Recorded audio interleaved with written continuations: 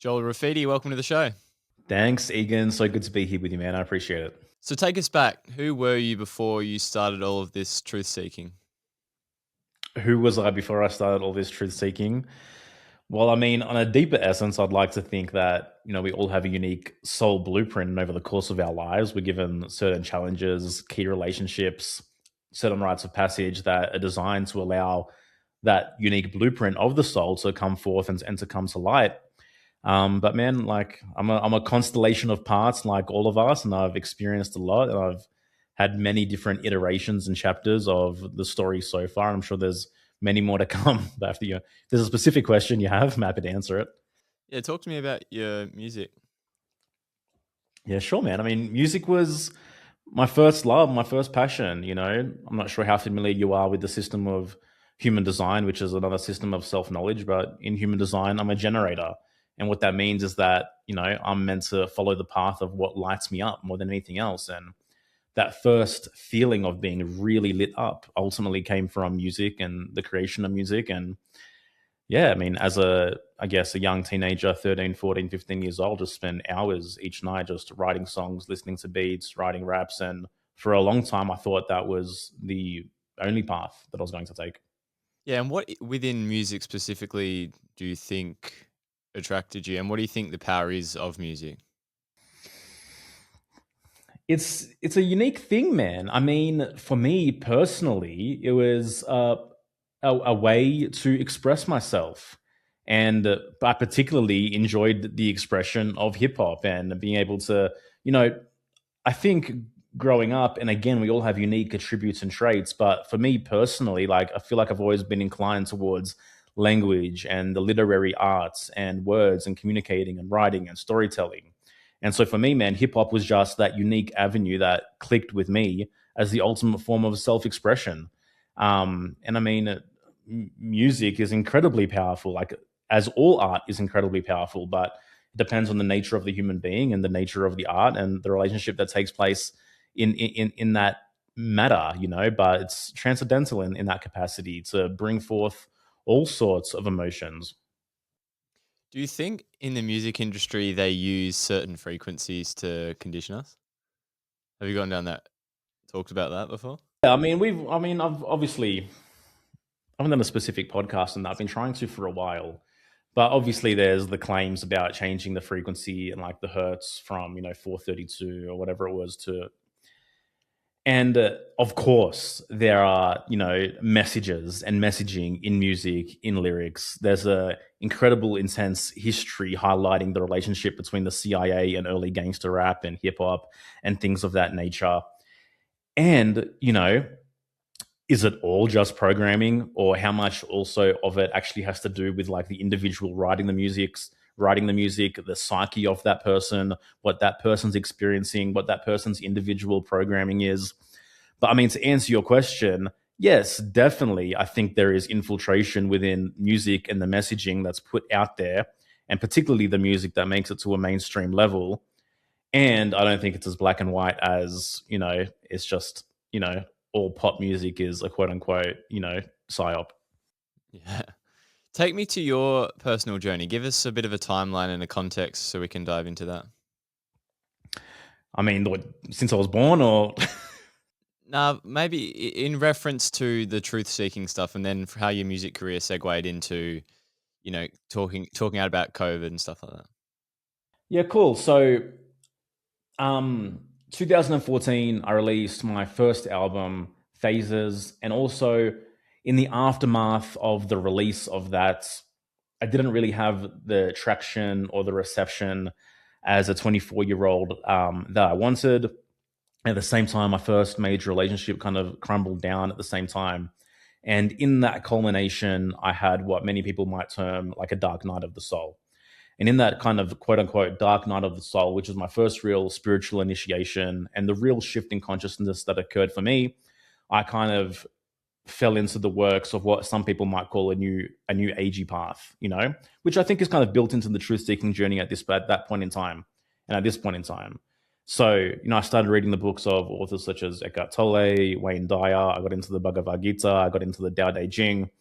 And for a long period of time there, man, I just lived in quote unquote bliss. Like I remember having feelings. I went from literally just like this incredible anxiety grappling over my mind and my heart into just this relief and seeing the world in a brand new way.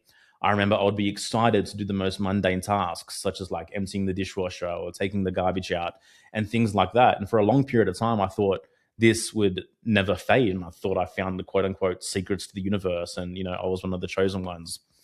And then life goes on. 2016, I met my wife. 2018, we had our first daughter, Valley, and the responsibilities of life started piling up. And basically, this philosophy of mine, which I had inherited, which is just be here now, and the most spiritually powerful thing that I can do is to not think about the past, not think about the future, just be quote unquote present.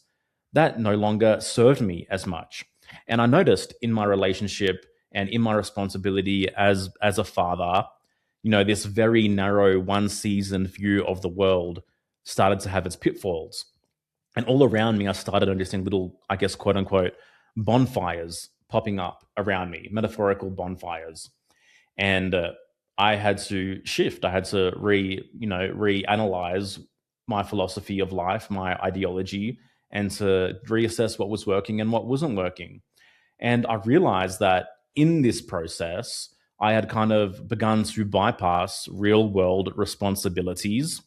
I had started to avoid the shadow aspects of myself, the shadow aspects of the world, and something needed to shift. And so it was around that time also, take it back, 2014, 2015, I first started to question vaccines, food, the birth medical industry, fluoride, what's the zeitgeist, all the rest of it. But then life went on 2018, 2020, and then, it wasn't working anymore. And so this is when I would say I began my kind of, understanding of shadow work and the quote unquote shadow awakening. And I made a commitment to myself, I remember, to quote Michael Tessarian, who's a mentor of mine and one of my, intellectual heroes, is zero tolerance for the lie. And I just adopted this philosophy of having zero tolerance for the lie within and without.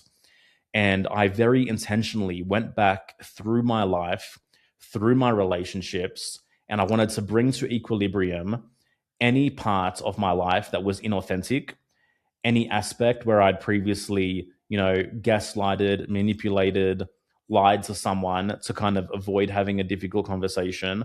I went and set the record straight through a very painful process, because what I began to crave more than anything else was equilibrium. Now, obviously, at the same point in time, COVID kicked off March 2020. And I guess I was in a position, like having the foresight that I had and already having a platform, a little platform, but it grew extensively during that period, to start speaking out and to, start sharing my views in a broader capacity. And I mean, that process is that process what it was. I became, I guess, one of the more outspoken voices in Australia. I performed at these freedom rallies. We had hundreds of thousands of people in Hyde Park that one day. And, I lost friends, man. I lost personal friends of 20 plus years that didn't like what I was saying, how I was going about it. I had, multiple people report me to Crime Stoppers for leaving my house during curfews. In one of the police reports, there was 34 people that had called Crime Stoppers to let them know that I had left the house during a curfew. And yeah, man, it was a major rite of passage. But, for me and for my personal nature, it was just a refusal to, let tyranny rule my life and to let my personal freedoms be mitigated as a result of what I thought was straight up bullshit. So there's a broad overview for you, And then 2021, I met Erasmus online, who's my co-host at Here for the Truth. And it was a very synchronistic relationship. We realized we were on the same page about a lot of things. And we both wanted to start a podcast. So the second time we ever met over Zoom, we hit record and we recorded episode 1 of Here for the Truth, Walking the Authentic Path. And we've just been doing that every single week since. And my inspirations over time gradually shifted to just wanting to inspire people to become who they were born to be. because my deepest personal philosophy is that every single human being is here for a reason. Their soul has a unique blueprint. God gave them unique gifts, which they require courage to bring forth. So external truth seeking is, a small part of what this real truth seeking journey is, in my opinion. And if someone isn't internally oriented, if they aren't questioning what is it that I am here to do, what is it that I am here to bring forth, and actively working towards that, then I don't think you have the full truth seeking journey figured out yet.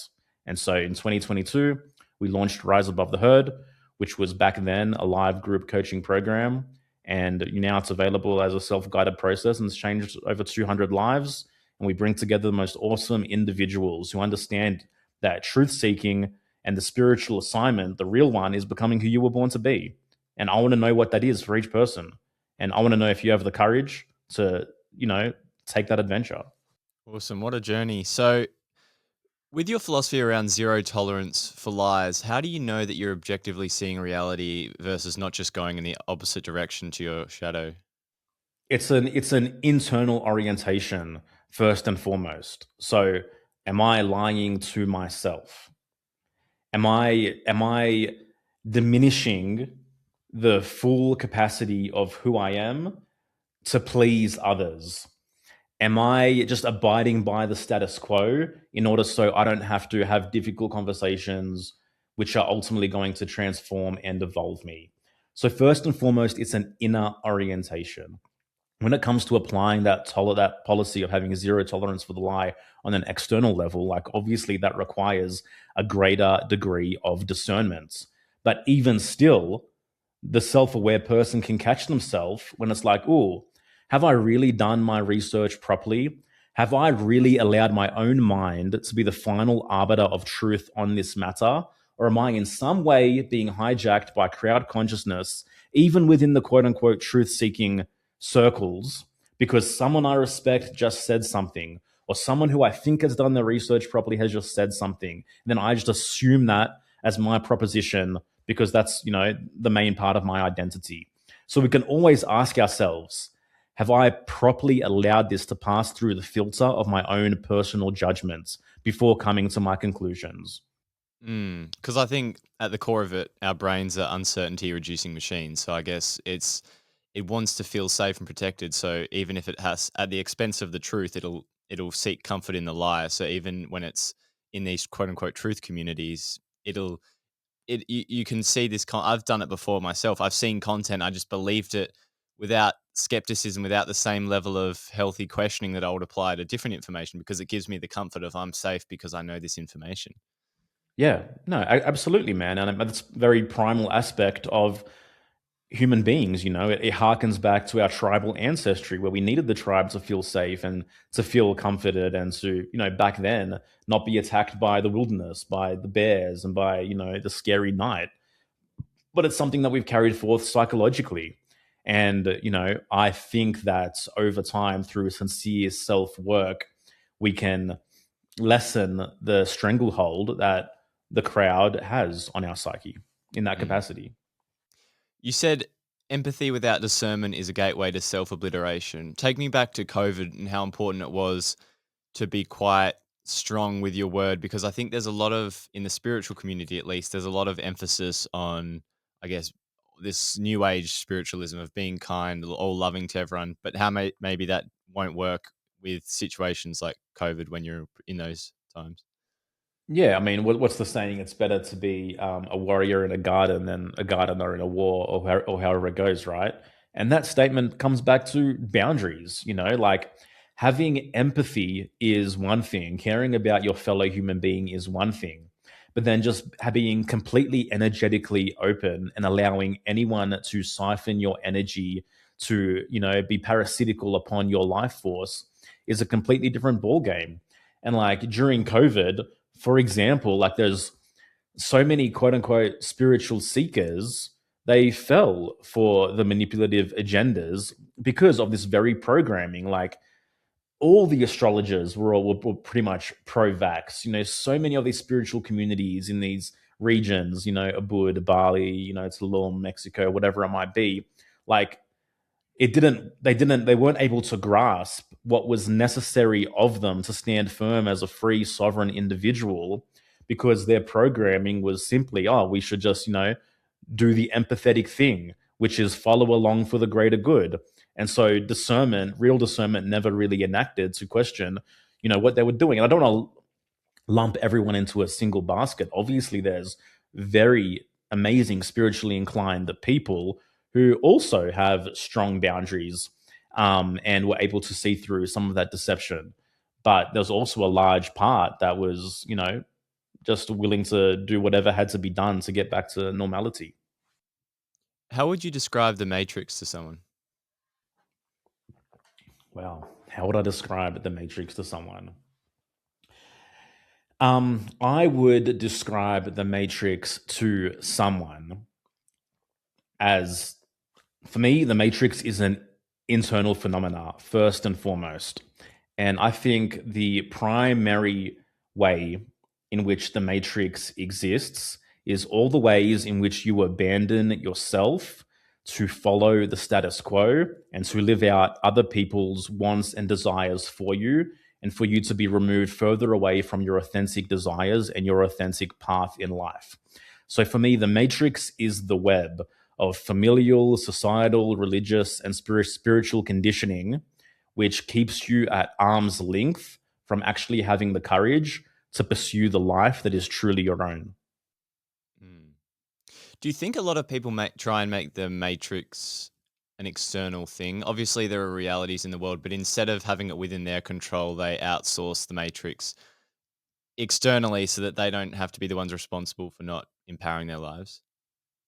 Yeah, absolutely. I mean, I think that until you understand the matrix inwardly, it's a very hard to deal with it externally. And it's almost like you're just fighting and grappling with shadows on the wall if you haven't dealt with it internally first and foremost.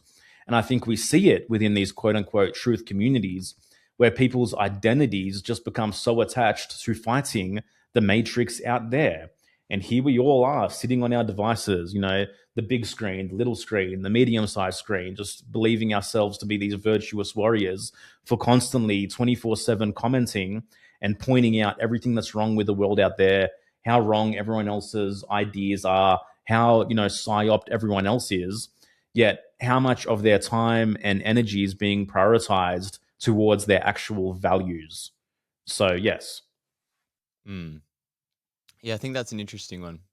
Talk to me about what actually, I actually want to go into the process of waking up and how to actually ensure that, you've been on this journey for a long time now. So, and obviously you teach this in your community, but what are some good ways that people can start seeing truth in this world without overwhelming themselves and not, as you said, just jumping at shadows on a wall? Yeah, for sure, man. So, I believe that the primary roots of what we call quote unquote conspiracy boils down. So I want to try to simplify what I believe the root issue is and to help ground people in that capacity. The world changed when freedom became a real possibility. And so prior to the inception of the West, for the most part of civilization, we were slaves. We were living under serfdom. We were living under feudalism, kings, queens, pharaohs.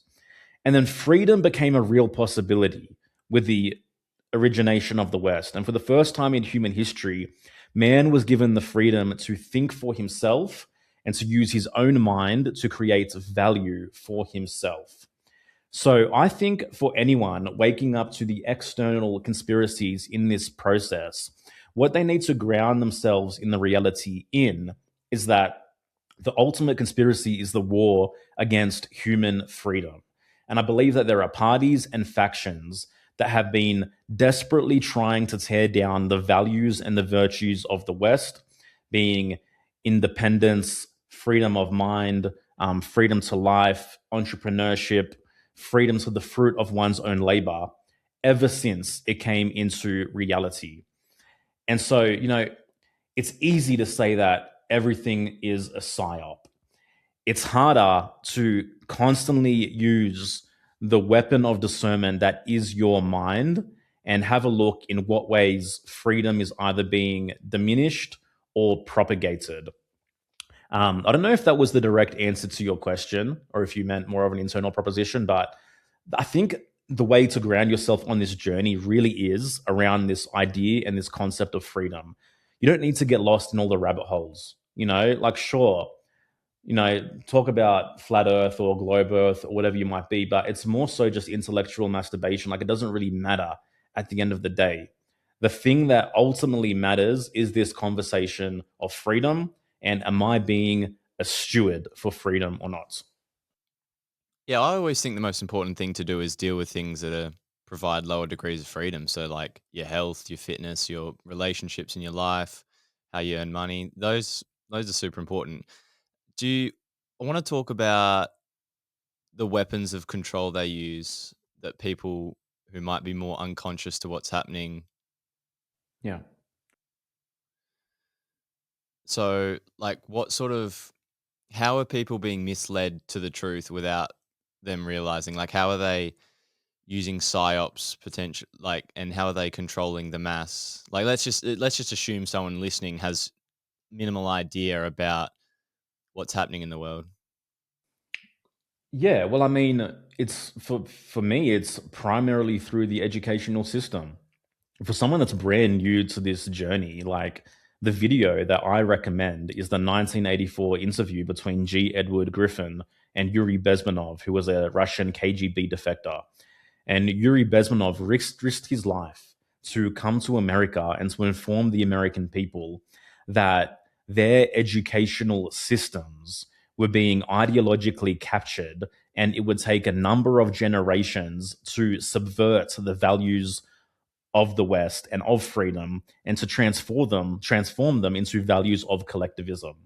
So I see this broader um, manipulation as this battle, as G. Edward Griffin would say, between individualism and collectivism. Individualism says, does the individual have a right to his own life, to make his own decisions, to think for himself, to have the fruit of his labor and of his productive effort? Collectivism says there are no individuals. We are all in this together for the greater good. And each individual needs to diminish his own wants, his own needs, and his own desires for the greater benefit of the group. And this is what plays on this natural instinct of human empathy. Because when we first hear that, we think, wow, that's a beautiful and brilliant and really altruistic and kind and caring and Christian like idea. But ultimately, anywhere on planet Earth where collectivism has been instituted has led to more death and destruction in human history than any other idea. And so we need to think about the ways in which we've been indoctrinated to act against the self and to act against the individual for the sake of the group. As Ayn Rand would say, the smallest minority on earth is the individual. So we see all these people out there rah-rahing, waving their flags for these minorities, yet all of it is at the expense and at the cost of the individual. So I think we really need to understand what individualism means. And when we really value and honor the individual, that's where real kindness comes from anyway. Because when you have kindness for self, when you filled your own cup, then you can really offer that to someone else. But what we have is a collective of quote unquote altruists who have nothing in their cup and they just perform kindness. They perform care, but deep down, it is envy, it is resentment, it is hate because it's rooted in self hate. Did you? I was reading. I think it was called "Stillness Is the Way" from Ryan Holiday, and it was talking about envy. It was saying envy is the worst sin because it's the only one where you don't get to enjoy anything. Yeah, it's absolutely true, man. And it's interesting to see Ryan Holiday be a raging liberal, waving his flag at all these no kings protests. Like I don't understand how someone can purport all these stoic philosophies yet come across as so anti-individualistic, but that's Mm. not my place. I was reading this book a while ago. I didn't finish it. It was talking about freedom. It was quite a philosophical one, and it was like how we were granted more freedoms over time, but like there's actually this deep yearning to be controlled and actually not have our freedoms. Have you heard of the book? I know I'm not really. What what book was that? I can't remember. Oh, I'm not familiar with what particular book Oh, you're referencing, but yeah, man is shit scared of freedom. If you want me to get into it, we yeah, can. yeah. That's a super interesting one because I think people have this illusion within themselves that they're like, I want freedom, but they don't realize that with freedom comes not only responsibility, but being controlled can sometimes be a lot easier. Yeah, of course, man. And I think it comes back again to like all human beings within them, I believe, contain this primal urge to return to a womb like state. Because in the womb, we're fully cared for, we're cozy, we're warm, we're safe, we're fully fed. And then we're disconnected from the mother and we go through our lives. And throughout our lives, this desperation to go back to this womb like oceanic state is painful for so many people. But ultimately, it's like that's what is required of us to be free, individual, sovereign human beings, and to really claim that as a virtue. It requires a lot of you. Like you pay ultimately with your life, to take the stance that I alone am responsible for my life. It it is the path less traveled. It is the road less traveled, and it's an individual journey. And that's why, when people say, oh, like the masses are waking up, etc. Sure, the masses might be waking up to certain aspects of, the ways in which the world has deceived them. But I don't believe that the masses will ever really take the real truth seeking journey of walking this path because, it is the narrow gates which one has to take, and it's tough, man. Like it can be really really hard and a really daunting task to decondition from all the ways in which we've become so conditioned to be so reliant on everything and everyone around us, and really say, no, I alone have the right to my life. And if it's real freedom that I crave, what is my job? What is the next small step that I need to take? um, but yeah, I mean, I think there's people that offer platitudes to freedom, but those who actually walk the real path of freedom, they know, man, this is Dante's Inferno. When we are trying to find our essence, our true being, there's many. Talk me through that journey because there's this process of like stripping away the ego, all the layers, but then there's this other self development pathway, which is creating a new identity. Confidence is built by building evidence, and you have to rewire new ways of being. How do you find that dance, that navigation to find and discover and create a new version of yourself? Yeah, good question, man. Look, personally, I think people have a very misinterpreted idea of like the ego. I think we need a healthy sense of ego to actually be, competent human beings in this world. Um, and I think all parts of us like are worthy and are necessary. So as human beings, like we're not just this single identity. Like who we are with our friends is different to who we are with our families, is different to who we are with our work colleagues. And I think the important part of this process is learning to build a harmonious relationship between these parts of oneself. And I really like to approach this through a mythic lens because I feel like the mythic can really offer us this perspective that we're never going to get simply by dealing with, you know, straight up reality as it is. So, from a mythic lens, if every single soul is born with a unique blueprint, and if our job is to rekindle the flame of that unique blueprint, then we have to really start paying attention to our authentic desires and to what our bodies and our soma is actually drawn towards. So, like, what are your unique interests? And I think it can really be as simple as that to begin the journey. What are the things that you're naturally drawn towards? What are the things that you feel like you could do for hours on end and yet they feel like play?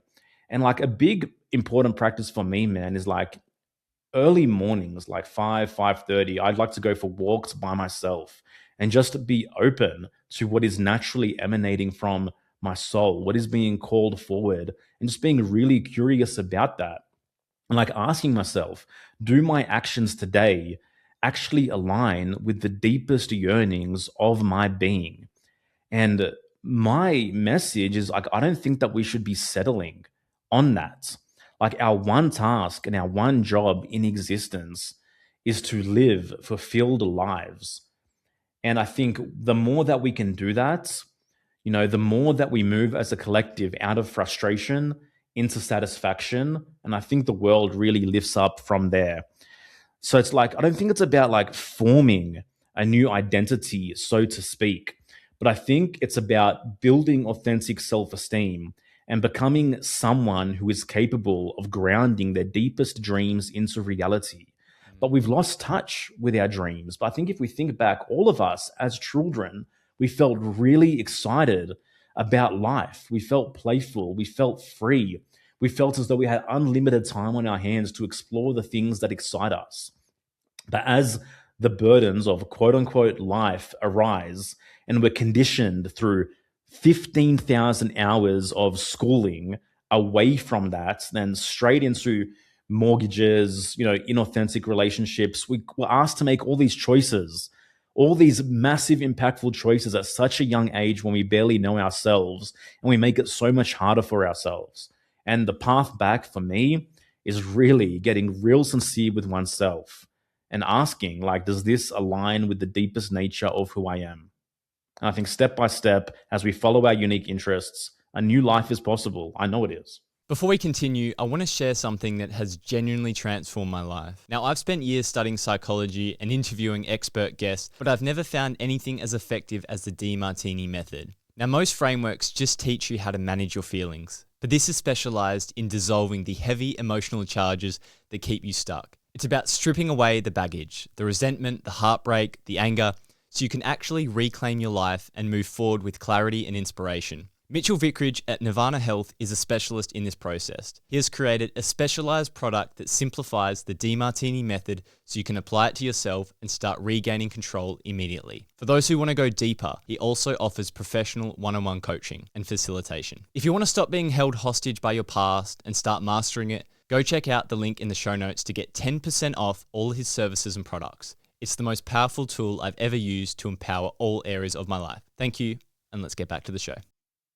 Yeah, I find with the education system and after years and years of conditioning, like that phenomena about the red pill and the blue pill, it's almost like the red pill is like way off into the horizon with the fog, and the blue pill is just constantly being put in our face. And it's until like life hits you with a pain point, like it's really hard to have our illusions destroyed. But something I wanted to talk about, because I'm really interested in this conversation about finding who we are. I think that's super interesting.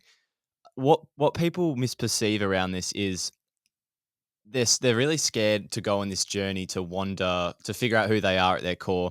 And something I always, even thinking about it now, remind myself of is you actually have the greatest competitive advantage when you are yourself. There is such a freedom because it is easy to be yourself. It is easy to be the best version of yourself in the sense that if you naturally love doing something and you find it like play, you're going to be fucking pretty good at it. And I think people are so scared because they're like, oh, I've never been this version of myself. But your greatest gifts, obviously there's the uncertainty, there's the journey of integrating that into in the material world. But I think with having the undercurrent of peace, knowing like, fuck, at least it's going to be something I'm fucking pretty good at. It's going to be something that I'm here to do. And that can give some peace of mind. Yeah, man, I 100% agree with you. But, the problem and the task which many people on this journey face is like becoming oneself genuinely requires great risk. And the risk that it requires is the shattering of the inauthentic status quo that we've built around ourselves. So the friends who keep us in this bubble and perceive us as a certain way, they like Egan when he's like this. They don't like Egan when he's on fire and pursuing his dreams and talking about stuff and rattling the cage. And that's what keeps most people small. Like, it's the crabs in the crab bucket theory. As we try to exit the bucket and climb up, all the other crabs circle around us and try to pull us down. And, as Aussies, man, it's very prevalent in our home country. We call it tall poppy syndrome. You grow too high, and you're going to get cut down because people like you when you're safe. They like you when you're familiar. If you're striving for your potential, if you're striving for greatness, then that shines a very painful mirror onto the other people who've just gone along to get along. And the majority of people out there, the great, American philosopher and mystic Henry David Thoreau, he said the mass of men lead lives of quiet desperation. And that quiet desperation is exactly what we're saying, man. It's the withdrawal from our real deepest inner dreams and the passive acceptance of what everyone else has projected to us as being okay for them. And so I agree with you. When you break through that barrier, it is the greatest, most liberating feeling imaginable. And I think you're going to magnetize the real people who really appreciate you for who you actually are. But the hard part on that journey is risking being judged by those that apparently love you. That is a super interesting philosophical one around, you know, we have this is what I always encourage, or like if I'm ever having a conversation with someone about this sort of stuff, is it's like how how much do you actually want to see the truth of everything in your world, in the sense of like the people you have around you, the job that you do, like do you want to live a lie? And I think I know it sounds quite obvious, but like when you actually sit with it, because like I'm talking genuine stillness, because there's something. It's so easy to we inflate the importance of something so we don't have to deal with the insignificance of it, right? Like the cosmic insignificance of going to a job to slave away at the machine, which we have no influence over. We make it a big deal, because then if it wasn't a big deal, then we would have to really confront the why we spend so much of our lives doing something that we don't actually love. So I think that's a interesting one. How would you walk that dance where I think we inflate the importance of, things that we don't even like. This is actually an interesting one coming to me there is people hate things, right? Hate their job. They might even be in a relationship they don't love. But as soon as anyone attacks that, they defend it like crazy because it's part of their belief system, part of their identity. Yeah. Yeah, man. I mean, that you answered the question beautifully. Like it's formed such a strong part of their identity that anytime someone tries to poke a hole at it, it literally feels like a war against the most fundamental aspect of their being when it's not. And I think the reason that we settle and inflate the importance of things which don't actually serve us and don't actually light us up is because we want to cling to this idea that we're someone who's doing well in the world, we're someone who's achieved things, we're someone who's ticking the boxes. But who gave you those boxes? Were they boxes that you set for yourself? Or were they boxes that were given to you by society, by family, by culture, all the rest of it? And I think that comes back into equilibrium when we learn and discover how to actually value our lives. And we talk about this often, but there's many paths through this. Like the idea of existentialism offers one path. The idea of memento mori, like the fact that you're going to die one day, and if you can really feel the impact of that statement, one day I'm going to die, one day I'm no longer going to be here, one day this reality that I call life is going to come to an end, then the importance of how we spend every waking moment and every endeavor we pursue becomes that much larger. And I think when we make that orientational switch, then it becomes easier to pursue the things that are really valuable to our being. And those things that are pretty much, just us following the status quo and ticking the quote unquote boxes, they begin to lose their significance. And for me, it's like I try to remind myself and remind others as much as possible, like, we exist, you live. Like, isn't this the ultimate mystery? The fact that you and I are animated with this life force right now, and we're having this conversation and we're getting to know each other, and we each come from completely unique upbringings and ancestry, yet we were put here at the same time for whatever reason, and that's going to end. Like, for me, like, no. I value my life. I value my being. I value the fact that I exist too much to spend my time pursuing things that don't belong to me. So, if life is inevitably going to end, what is your personal philosophy around the purpose of life?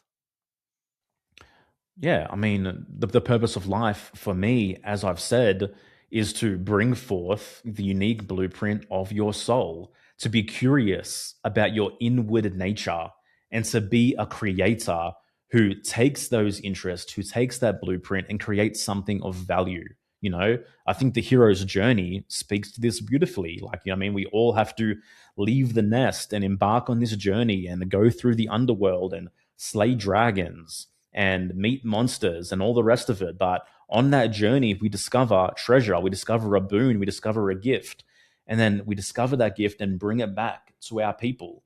And I think the hero's journey, as a basic mythological idea, speaks beautifully to the purpose of life. But going on a hero's journey again requires you to walk away from the status quo, to follow the deepest inner voice, those whispers of your intuition, right, which we've ignored for so long, and walk the authentic path, which means going against the grain and potentially upsetting some people in that process. What do you think's the most important domino in people's lives? Do you think it's the people they have around them who are trapping them? I coined this term. I liked it. It was called perception prison. I think we put ourselves in perception prison because we fear the judgment of other people so much that we literally willingly walk into the cage and throw away the keys because we're so scared of what people are going to think about us. Do you think the people we have in our environment is one of the biggest dominoes to that journey of transformation? Yeah, I mean, it's definitely a key domino. I guess in my history and years of working with people, I would boil it down to, wherever fear and scarcity emanates, and so for many people, I think we've been conditioned to have such little trust in life itself that walking away from the comfortable job to pursue something and to risk building something and becoming quote unquote entrepreneurs is one of the scariest acts that and leaps that people have to make on this path and in their life. And I'm not saying not everyone has to do that. I don't advocate for people like being irrational in their lives, etc. But I think the income that we receive from doing the thing that we don't like to support the life that feels just okay, for me is probably, that the hardest cage to unlock. I think that's a very interesting journey, like around with this cognitive dissonance around our relationship to life itself. Because if life is all a lie, and then suddenly we're going to walk this path, then how is life going to have our best interests at heart? Like it seems like there's a lot of tension towards this external idea of life. Because if we have to accept that a lot of what we've experienced in our life has been a lie, then how can we put our trust and faith that life is going to have our back? But I mean, what you're calling life is the shadows on the wall. For me, like, life doesn't lie, nature doesn't lie, the truth of your being doesn't lie. And I think we have such limited and frustrated lives because we've been conditioned to buy other people's version of what quote unquote life is all about. We've been fed this inauthentic path and the inauthentic bullshit, and we've swallowed it up time and time again. And eventually it's corroded our relationship to life itself. But I think rebuilding trust in life requires you to first and foremost have the courage to be who you were uniquely born to be.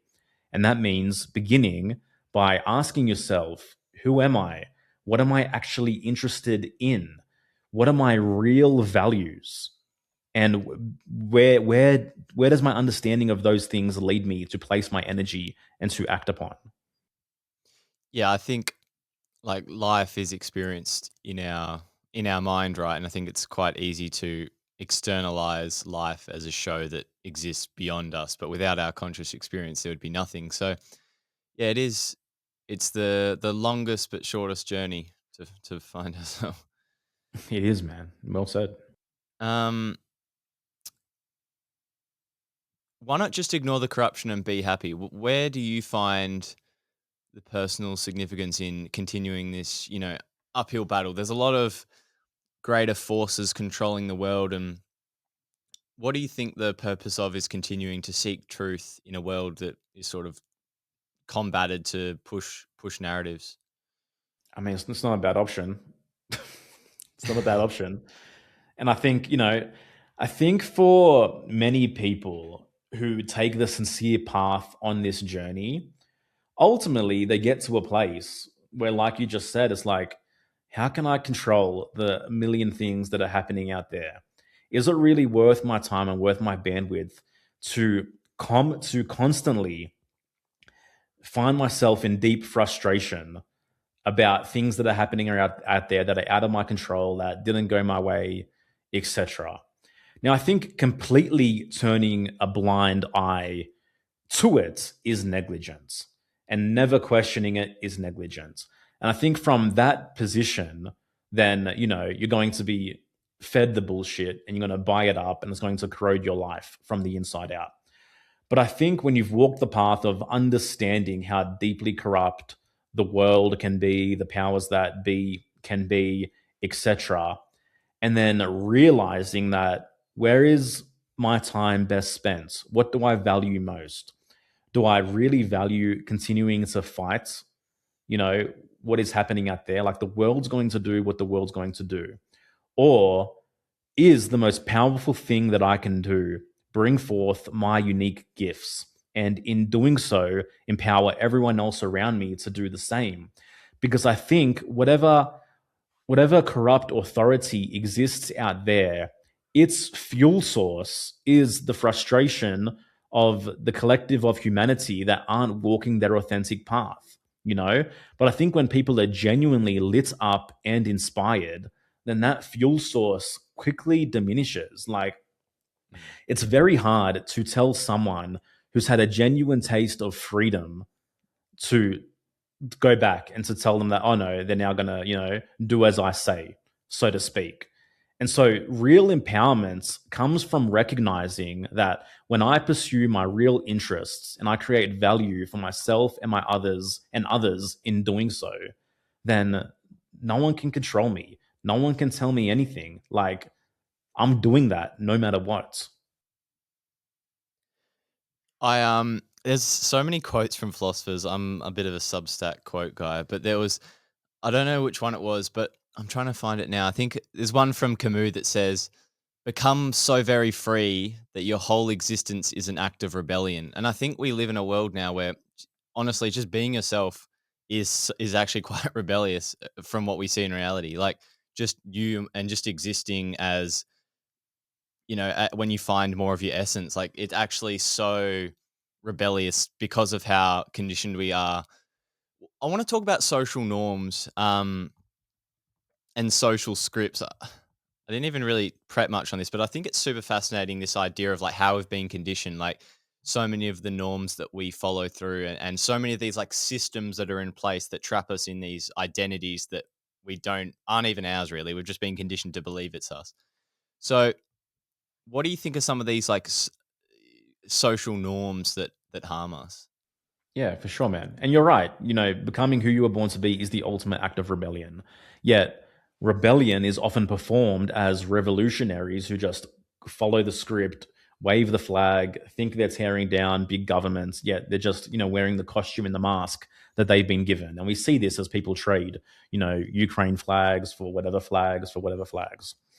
Um, so, to answer your question, I think one of the most harmful social scripts that we've been given is this blanket idea of altruism. And altruism basically is the moral code of collectivism. And this comes through, ideas that seem very enticing to the psyche, but ultimately corrode it from within, such as, love thy neighbor, turn the other cheek, um, you know, things of that nature. Because there's this program running in the masses of men when they believe that morality means simply performing kindness and virtue to others, even at the expense of oneself. So, how many times do we just say yes to things that we don't actually want to say yes to because we feel as though by saying the yes, then we tick the box in the other person's mind that, oh, this is a good and moral person. Where I think true morality stems from valuing one's life. So if we turn towards nature as an answer, the first priority of every single organism in existence is its own preservation and its own survival. So, flowers and plants will naturally move towards the sun, right, in order to get life force. The carnivorous animal isn't going to think twice about doing what it needs to do to get food for itself in order to survive. Yeah, I think as human beings, as the only species with volitional consciousness, we are the only species that has this ability to act against this survival mechanism and to act against ourselves. So I think the biggest social script keeping people playing small is this idea that we just have to perform goodness to everybody, even at the expense of ourselves. And when we do that consistently, like, I mean, this is where real hate and real envy stems from, because we've just performed virtue so long that we've waged this endless war against our deeper inner being. And we become self loathing, self hating, and we become bitter individuals who pretend like we're great to everybody and we're fantastic neighbors, yet deep down become seething and want to tear other people down. Whereas Mm. the individual who fills their own cup, walks their authentic path, follows their unique interests as the primary position, and gives kindness and gives care and gives goodness from there, like it comes from a much more genuine place. Yeah, I interviewed Dr. Robert Glover the other day, author of No More Mr. Nice Guy, and he was at the core of one of his book was this idea of unwritten contracts, covert contracts that we have. And I feel like we have covert contracts with life, right? Like if only we perform as a kind and virtuous person, then we are owed happiness, success, and peace. Like if only we do all these kind things. I think that's often a compensatory mechanism to offset our own guilt and shame. And I think we're trying to instead of like introspecting and try. It is hard for the unconscious person who hasn't been educated around what even this is, because I talk to people who would have no fucking idea what we're even talking about, right? And it's like, unless you're educated, because that's why I like this is one of my purposes for the podcast, because I truly believe that, like, as you said before, like education and knowledge, like obviously there's the embodiment, but if you don't even have access to the information, like there's not even an opportunity for embodiment. Like if you're not aware of something, no matter how willing you are to walk on the hot coal or do the thing, like you don't know, like if you don't have the information. So I think information is powerful, and I think we do have these unwritten contracts with life. So I think a lot of what we've been talking about is bringing that locus of control back inward and on this truth seeking journey. It's like the greatest truth is our authentic self. And I think everything, because if that's the reference point, then there's a lot of clarity. Then you have a lot of clarity around decision making, around being more objective, but we're trying to outsource the criteria for who we are still externally. You said it, bro. You said it beautifully, man. And the other thing, and like a big one in my life, many people are under the spell of, religious programming, which kind of ties into this altruistic code as well. Like for me, like I was raised as a Jehovah's Witness, which is one of the most intense forms of like Christian programming that exist. And like, I mean, think about it. Even I think Ayn Rand talks about the example of within the Garden of Eden, right? Within the Garden of Eden, like Adam and Eve, they were completely safe, completely cared for, didn't have to really work for their food, didn't have to really be self responsible. And then, Adam craved what? Information. He craved knowledge. So Eve, she bit from the tree of knowledge, so to speak. And then they were cast out of Eden. And then all of a sudden, they had to produce for themselves. They had to be responsible for themselves. They had to find purpose for themselves. Yeah, under the Christian idea, all this stuff is projected as the fall of man. So we have this idea that man's fall is now having to be self responsible, right? Man's fall is now having to reproduce and recreate. Sex and desire is a sin. So that even this idea and this concept of desire has been so tarnished. Now, obviously, there's inauthentic and insidious programmed desires, but to simply blanket a war against desire is to blanket a war against the self.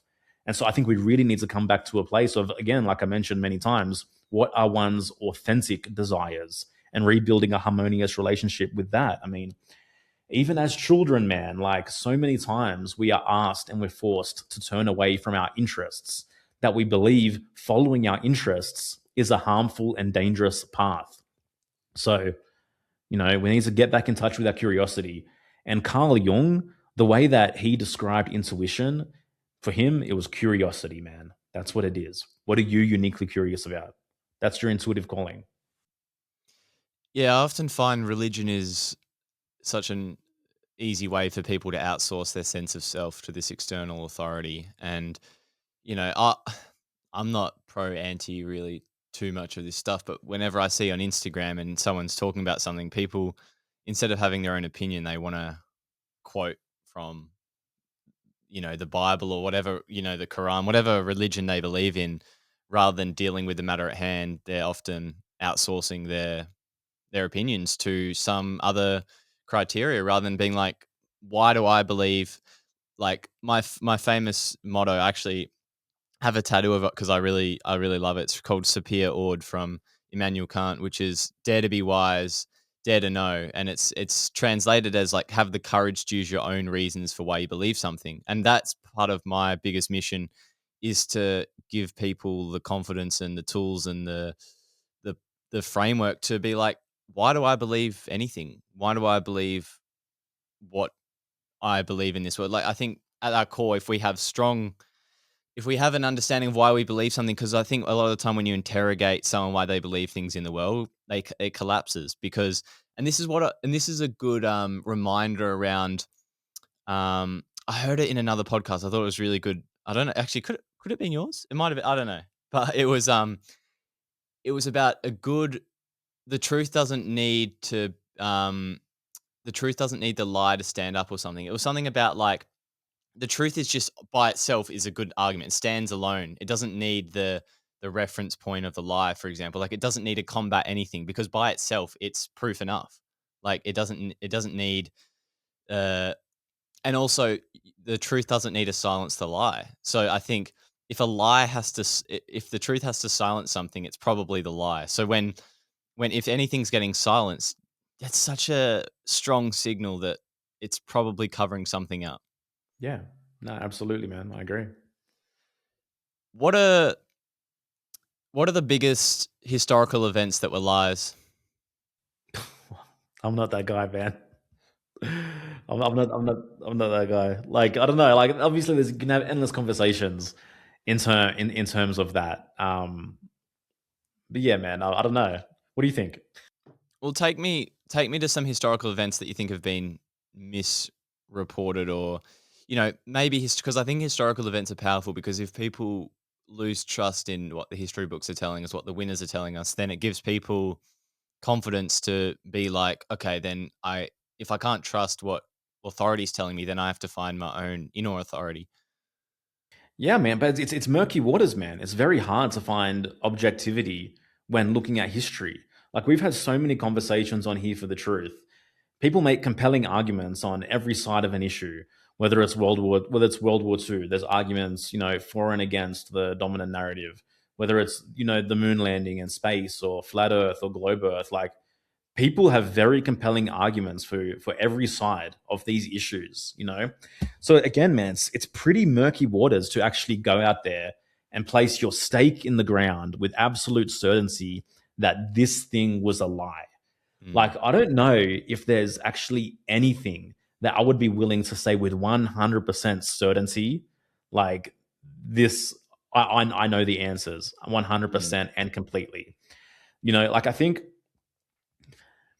we talk about having an open mind, but Ayn Rand talked about having an active mind. And so, with an open mind, you're just willing to accept anyone's theory on anything without proper due diligence, without proper research, without really balancing it against the other side of the argument.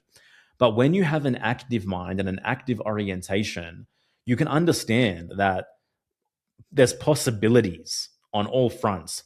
It's possible that we were deceived here. It's possible that there might be a seed of truth in here, but I'm able to hold and stand within the tension of opposites that both possibilities, you know, might hold weight and yet not Mm, collapse under that weight. So I feel like too many people within the truth seeking communities are clinging for certainty around historical events in order to be able to stand on some semblance of solid ground. But for me, you're not really going to find it there. And this is the biggest thing that having the podcast here for the truth has taught me since 2021, because I think back then I was probably more inclined to kind of grasp for certainty around some of these historical events and issues and all the rest of it. But more and more I'm realizing, man, that it's very, very fucking hard to find. And I think the only real certain ground is, like we've said throughout this podcast, like the truth of your being. yeah, I'm pretty similar. I don't know if it's because of my, you know, pride in myself at times, but I've never really cared for using my stake in the ground as historical events. I've always found, comfort in my own opinion. I think with my own personal journey, it was like that level of narcissism and like, I've got the answers, which obviously that I got a rude awakening with that. But I think that's always instilled like, okay, something is inside rather than seeking it externally. But I think a lot of people, yeah, people love talking about history, and I'm wondering where the drive is to continually talk about things externally to themselves is. I don't know. Is it? I think maybe people probably don't really live very interesting lives, and it's easier to talk about historical events. I don't know. Yeah, well, I mean, it's some people's path, and I'm not here to boo boo anybody's path. Like, but if you're gonna do it, then like, do it. Make it something real, make it something of value. Don't just do it as like this kind of exercise that forms another identity and ultimately drains and wastes your time. Because I think it can be very addictive to try and continually like dissect and connect all the dots and figure out all the ways that we've been deceived upon. That's great. Do that.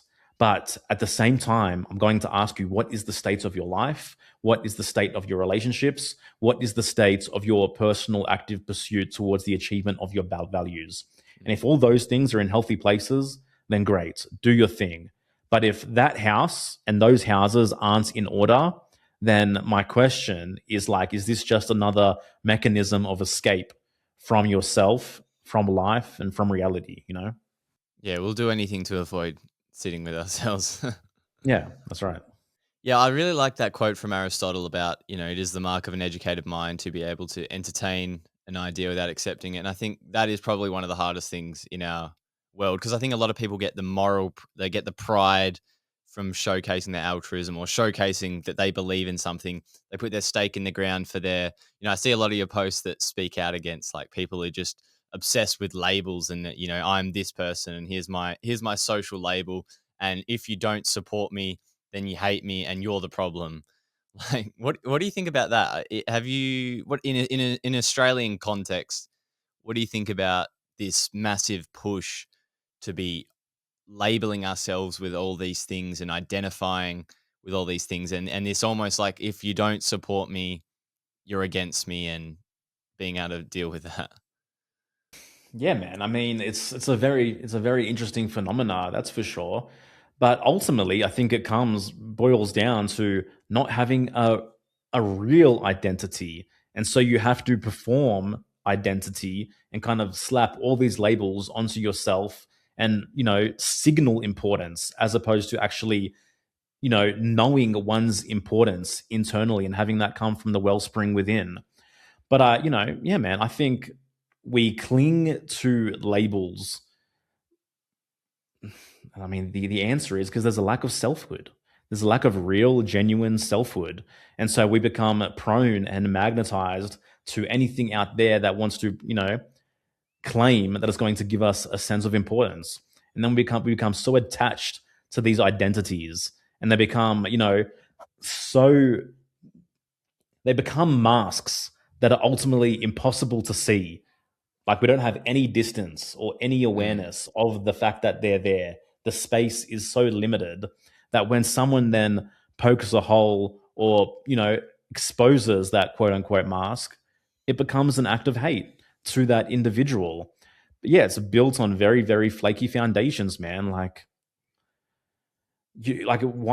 do you need a label for the world to identify you as if you actually have the possibility of knowing who you are on the deepest level? It's like, again, I always come back to it, man, but you are already unique. You don't need something out there to make you unique. You don't need to force other people to tell you that you're unique. Like, what makes you unique is the virtue and the fact that you live and the fact that you were born. And that's enough. How is the self-help industry a scam? How is the self help industry a scam? Well, I mean, that's a very blanket statement. I don't think the entire self help industry is a scam at all. But I think that there are shadows on the wall within the self help industry that send people into a constant spiral of having to, fix themselves and having to, endlessly, quote unquote, work on their trauma or endlessly have to solve the next problem. And they spend and invest so much time, energy, and resources there that they never actually get to the point of actually living who they are and being that wellspring of authenticity and living from the core of their being.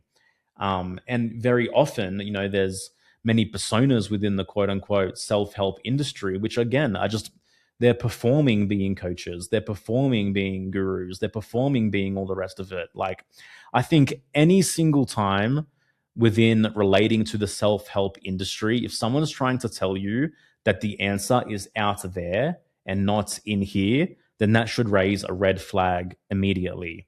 I think the goal of self help should be to get you to the point where you don't need to turn towards self-help.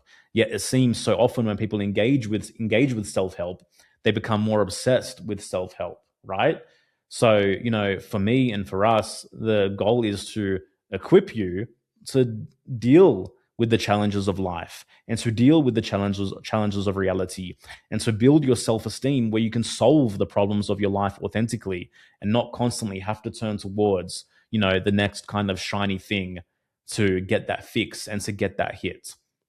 And I'm just going to say it, but I think that where we're heading as a self-help industry and some of the price gouging that I see and like the prices that people charge, and I think there's a subtle form of gaslighting in telling people that, oh, if you think that we're charging kind of too much or you can't afford this, then that's just kind of some scarcity programming that is your Mm. fault and like you have to move through.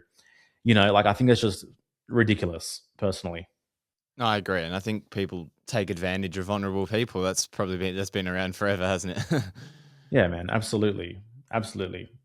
Yeah, I mean, it's the same thing as kind of like, the new age angle. Like, you are your own guru. You don't need a guru outside of yourself. The goal of all of this work is to recognize that it's you. You are your ultimate mentor. You know the way. You have the answers. It's about being able to see through the conditioning by dismantling it so that voice can have a more prominent position in your psyche. That voice of the authentic self because it knows the answers, man. You've always known the answers.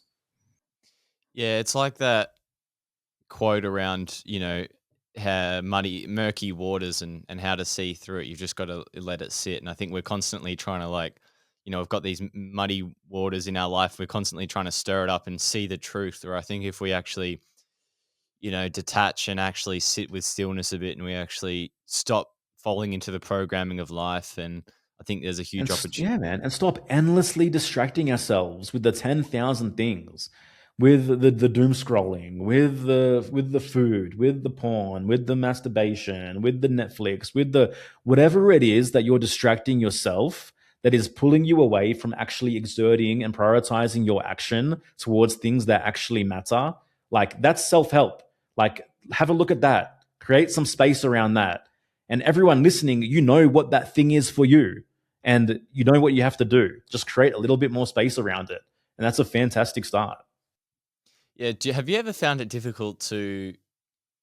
I always find it difficult to fully understand and empathize with someone's state of mind because although because it's like how can I can't compare my consciousness to someone else's like you can only so it's really super interesting when you're talking to someone and it's like we say we empathize or it's hard to actually because there's so many philosophical rabbit holes I've gone down around like around this phenomena but it's like yeah it's actually I know intricately the texture of my mind. I know my how I think. I know sort of how I do things. I know myself to the ability that I'm aware of things, and it's like it would be so interesting to just have a day in the mind of someone else and actually Bro, it would be a trip. It would be an absolute trip, man. And I think you're right, man. I think you're speaking to something important. Like very often we can get stuck in this trap of thinking that, our hangups are everyone else's hangups. And the way that we've gone about solving our problems is the way that everyone else can go about solving their problems. But again, man, I think the medicine for each of us is uniquely within us, and you can look at this from so many different perspectives. There's so many different systems of knowledge out there, whether it's astrology, human design, whatever it might be. Like on some level, we are all made up uniquely. And I think that we given these, you know, we're given these unique psyches with their shadows and their gifts because I think in being able to treasure the gifts and alchemize the shadows and reckon and transmute those into gifts as well, like that's ultimately what leads us down this golden path toward the self. Like I come from the standpoint that everything that you've been given, they are your unique cards to play in life, and none of them are inherently wrong. But I think it is our job to figure out how to play them correctly. yeah I love metaphors but I was just thinking of then like I had a guest come on the show who spoke about when you invest into yourself it's like building this personal capital and I almost find like we're almost born with this personal capital and it's actually infinite because every day we have the opportunity to pull on the same reservoir of this inner commodity to utilize in the world and to create the life we want. But I think we've got this illusion that it's if we find it out there, we can bring it back into ourselves and then we'll be able to use it. Like this illusion of wanting something to feel something inside. So then we can create rather than realizing that, it's actually it's here. We've got it the whole time. I 100% agree with you, man. There's an infinite wellspring within you, for sure.